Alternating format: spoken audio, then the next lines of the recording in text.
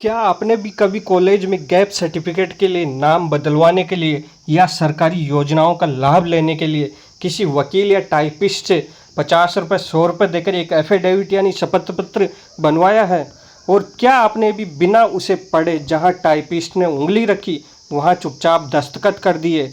अगर आप ऐसा करते आ रहे हैं तो आप बहुत बड़े खतरे को बुलावा दे रहे हैं।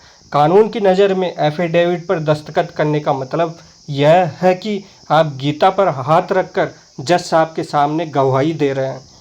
अगर उस कागज़ में लिखी कोई भी एक लाइन झूठी निकली तो सामने वाली पार्टी या खुद कोर्ट आपको बिना किसी वारंट के सीधे जेल की हवा खिलवा सकती है। स्वागत है आपका ज्ञान महारथी की क्लास नंबर 19 में।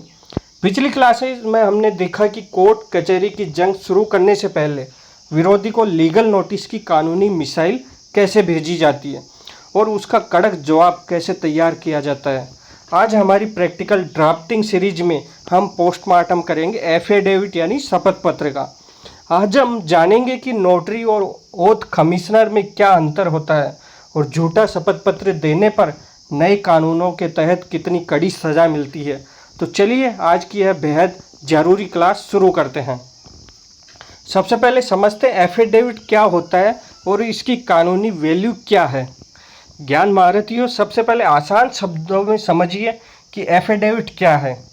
जब आप कोर्ट में या किसी सरकारी अधिकारी के सामने मौखिक रूप से कोई बात कहते हैं तो उसकी उतनी वैल्यू नहीं होती, लेकिन जब आप उसी बात को एक स्टैम्प पेपर पर लिखकर नीचे अपने दस्तखत करते हैं और किसी अधिकृत अधिकारी से उसे अटेस्ट करवाते हैं तो उसे शपथ पत्र यानी एफिडेविट कहा जाता है।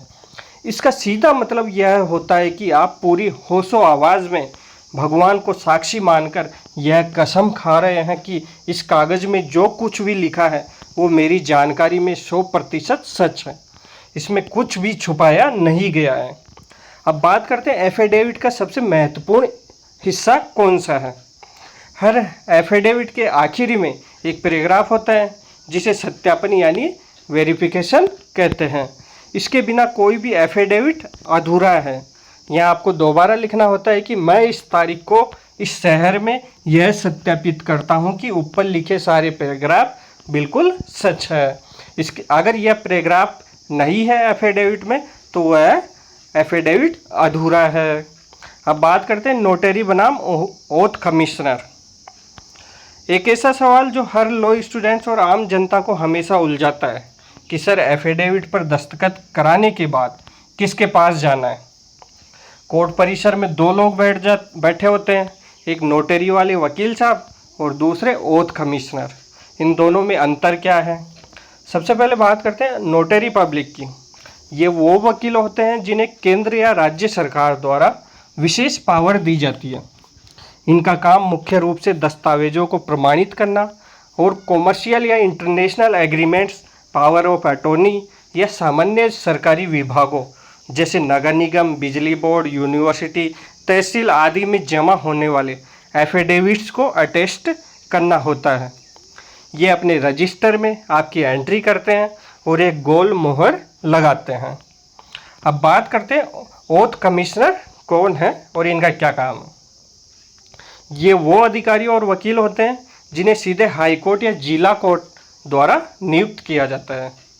इनका काम बहुत सीमित लेकिन बहुत कड़ा होता है।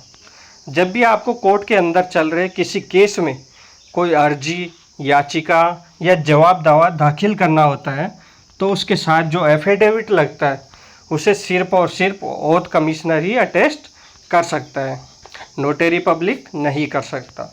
अगर आपने कोर्ट की फाइल में नोटरी वाला एफिडेविट लगा भी दिया तो कोर्ट की रजिस्ट्री उसे तुरंत रिजेक्ट कर देगी।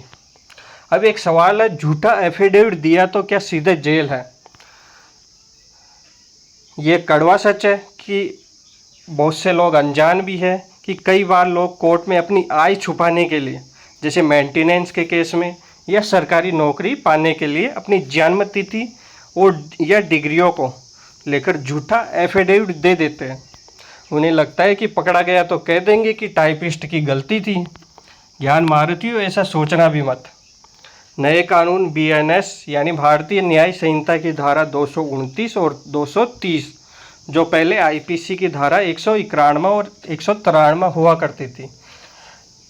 तो 229 और 230 के तहत कोर्ट में झूठा शपथ पत्र देना गिविंग फॉल्स एविडेंस यानी झूठी गवाही देना माना जाता है, और इसके लिए कानून में 3 साल से लेकर 7 साल तक की जेल और भारी जुर्माने की सज़ा का प्रावधान है।